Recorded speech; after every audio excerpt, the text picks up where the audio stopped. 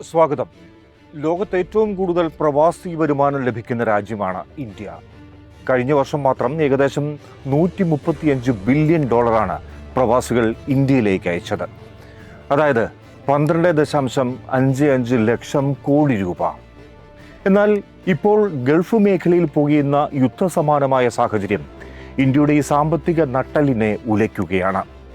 പ്രത്യേകിച്ച് വീടുകളുടെ സാമ്പത്തിക ഭദ്രതയ്ക്കും രാജ്യത്തിൻ്റെ വിദേശ നാണയ സുസ്ഥിരതയ്ക്കും ഈ വരുമാനം അത്യന്താപേക്ഷിതമാണ്. Bahrain, Kuwait, UAE, Saudi Arabia, Qatar, Oman എന്നീ രാജ്യങ്ങളിലായി 90 ലക്ഷത്തിലധികം ഇന്ത്യൻ തൊഴിലാളികളുണ്ട്. ഇന്ത്യയുടെ മൊത്തം പ്രവാസി വരുമാനത്തിൻ്റെ 38% ഈ മേഖലയിൽ നിന്നാണ്. ഗൾഫ് മേഖലയിലെ സംഘർഷം പ്രത്യേകിച്ച് കേരളത്തെ എങ്ങനെയാണ് ബാധിക്കാൻ പോകുന്നത് നമുക്ക് നോക്കാം. തകരുന്ന മണി ഓർഡർ എക്കണോമി വലിയ പ്രതിസന്ധിയാണിത്. സംസ്ഥാനത്തിൻ്റെ, നമ്മുടെ കേരളത്തിൻ്റെ സമ്പദ് വ്യവസ്ഥയുടെ ജീവരക്തം തന്നെ പ്രവാസി വരുമാനമാണ്. ഗൾഫിൽ ഒരു ചെറിയ ചലനമുണ്ടായാൽ പോലും അതിൻ്റെ അലയൊലികൾ ആദ്യം എത്തുന്നത് കേരളത്തിലാണ്. സംസ്ഥാനത്തെ ഏതൊക്കെ മേഖലയിലാണ് തിരിച്ചടി ഉണ്ടാവുക നോക്കിക്കാണാം. റീറ്റെയിൽ മേഖലയുടെ കാര്യം ആദ്യം. സംഘർഷം നീണ്ടു നിൽക്കുകയും എണ്ണ, ഗ്യാസ് മേഖലകളെ ബാധിക്കുകയും ചെയ്താൽ ഗൾഫ് രാജ്യങ്ങളിൽ സാമ്പത്തിക മാന്ദ്യമുണ്ടാകാം. ഇത് നിർമ്മാണ മേഖലയും സർവീസ് മേഖലയും ബാധിക്കുന്നത് ഇന്ത്യൻ തൊഴിലാളികളുടെ തൊഴിൽ നഷ്ടത്തിനും വേതനം വെട്ടിക്കുറയ്ക്കുന്നതിനും കാരണമായേക്കാം. അതുമൂലം ഗൾഫിൽ നിന്നുള്ള പണം കുറഞ്ഞാൽ കേരളത്തിലെ വീട് നിർമ്മാണം, വസ്ത്ര, സ്വർണ്ണ വ്യാപാരം, ടൂറിസം എന്നീ മേഖലകൾ നിശ്ചലമാക്കും. മറ്റൊരു വലിയ പ്രതിസന്ധി ഗൾഫ് മേഖലയിൽ പണിയെടുക്കുന്ന മലയാളികളുടെ കേരളത്തിലേക്കുള്ള തിരിച്ചുവരവായിരിക്കും. 90 ലക്ഷത്തോളം ഇന്ത്യക്കാരാണ് ഗൾഫിലുള്ളത്.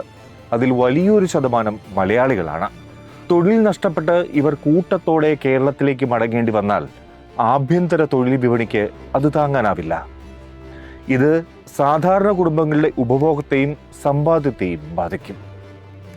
ഇനി ബാങ്ക് നിക്ഷേപത്തിലെ ഇടിവ് മുന്നിൽ കാണേണ്ടതുണ്ട്. കേരളത്തിലെ ബാങ്കുകളിലുള്ള NRI ഗൾഫ് മലയാളികളുടെ പങ്ക് വളരെ വലുതാണ്. അതുകൊണ്ട് തന്നെ ബാങ്ക് നിക്ഷേപത്തിൽ വൻ ഇടിവുണ്ടാകാൻ ഇത് കാരണമാകും.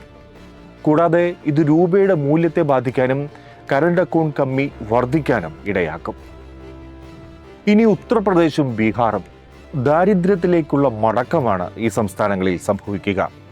കേരളം കഴിഞ്ഞാൽ ഗൾഫ് വരുമാനത്തെ ഏറ്റവും കൂടുതൽ ആശ്രയിക്കുന്ന സംസ്ഥാനങ്ങളാണ് ഉത്തർപ്രദേശും ബീഹാറും. പക്ഷേ ഇവിടുത്തെ സാഹചര്യം കേരളത്തിൽ നിന്നും കുറച്ച് വ്യത്യസ്തമാണ്.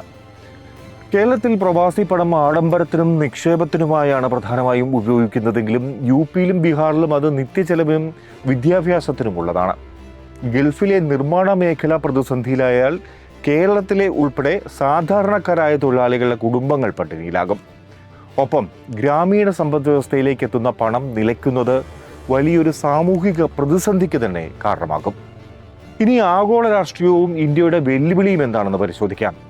അമേരിക്കൻ പ്രസിഡന്റ് ഡൊണാൾഡ് ട്രംപ് വെടിനിർത്തലിന് ശ്രമിക്കുന്നുണ്ടെങ്കിലും ഇസ്രയേൽ ഇറാൻ തർക്കം പൂർണ്ണമായും ഒഴിഞ്ഞിട്ടില്ല. എണ്ണവില വർധനയും കപ്പൽ ഗതാഗത തടസ്സവും ഇന്ത്യൻ രൂപയുടെ മൂല്യം തകർക്കുകയാണ്. ഇത് രാജ്യത്തെ പണപ്പെരുപ്പത്തിന് കാരണമാകുന്നുണ്ട്. ചുരുക്കത്തിൽ ഗൾഫിലെ സമാധാനം ഇന്ത്യയുടെ, പ്രത്യേകിച്ച് കേരളത്തിൻ്റെ കൂടി സമാധാനമാണ്. പ്രവാസികളുടെ തിരിച്ചുവരവുണ്ടായാൽ അവരെ പുനരധിവസിപ്പിക്കാൻ സർക്കാർ ഇപ്പോൾ തന്നെ പദ്ധതികൾ ആവിഷ്കരിക്കണം. എല്ലാം അറിയാൻ ദ പ്രോഫിറ്റ് ന്യൂസ്.